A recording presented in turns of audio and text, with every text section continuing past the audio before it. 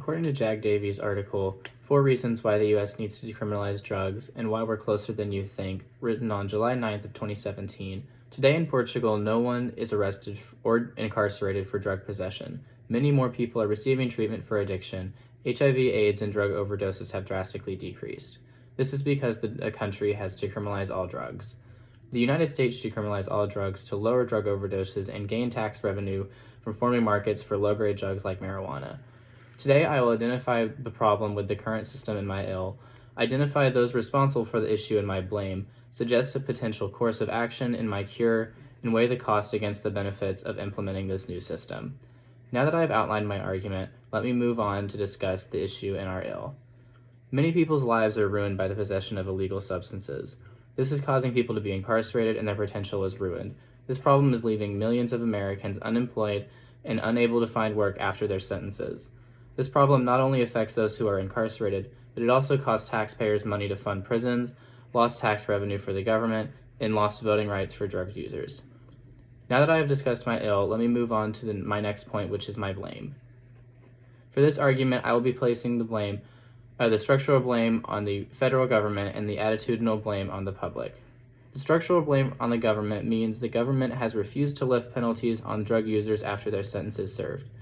The attitudinal blame on the public means the public sees drug users as lower than themselves and not a person in need.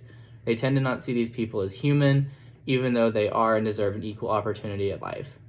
Now that I've discussed where the blame will be placed, let me move on to my next point, which is the cure for this issue. Our new system will remove jail sentences for people caught with illegal substances and transition them to rehabilitation centers. Also, marijuana will be declassified as a legal substance. Measures to make this happen are already in the works. Natasha Leonard, in her article, Oregon's Decriminalization Vote May Be the Biggest Step Yet to Ending the War on Drugs, written on November 4th, 2020, she states, the ballot measure also includes the expansion of access to recovery treatments, housing, and harm reduction services to be funded through the reallocation of tens of millions of dollars from Oregon's cannabis tax. Another solution to this problem is decriminalizing the possession of marijuana. In the American Civil Liberties Union article titled Against Drug Prohibition, they state between 1986 and 1992, the annual number of drug-related arrests increased from 200,000 to over 1.2 million. 1/3 of those were arrests with marijuana possession. This number would drastically decrease with the decriminalization. One country has seen a large decline in drug-related deaths due to the decriminalization of all drugs is Portugal. In Nina Bejekel's 2018 article, Want to Win the War on Drugs? Portugal Might Have the Answer, Portugal's attempt to lower drug overdoses and HIV infection rates has been affected. The country decided it made much more sense for us to treat drug addicts as patients who needed help and not criminals.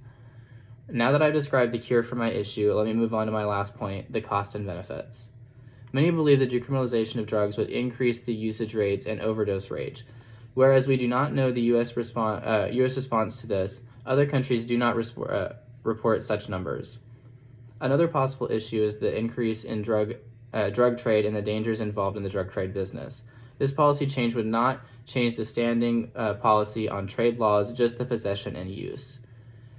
In Gavin Atkins and Joseph Bishop Hitchman's article, Marijuana Legalization and Taxes, Federal Revenue Impact, written on May 12th of 2016, they state a mature marijuana industry could generate up to $28 billion in tax revenue for federal, state, and local governments, including $7 billion in tax revenue, $5.5 billion from tax businesses, and $1.5 billion from income and payroll taxes.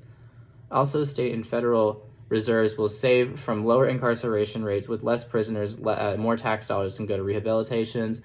Then when rehabilitated, people can begin to work and go back to being a taxpayer. In conclusions, based on the points made above, the United States government and the people of the United States stand to benefit from the decriminalization of drugs. In my ill, I identified the problem as a constant cycle for drug abusers and the loss of revenue for the government. In my blame, I suggested the structural blame on the federal government and the attitudinal blame on the American people. In the cure, I proposed the decriminalization of these drugs and provided an example of Oregon doing so. I identified a possible cost of drug trafficking and unsure results.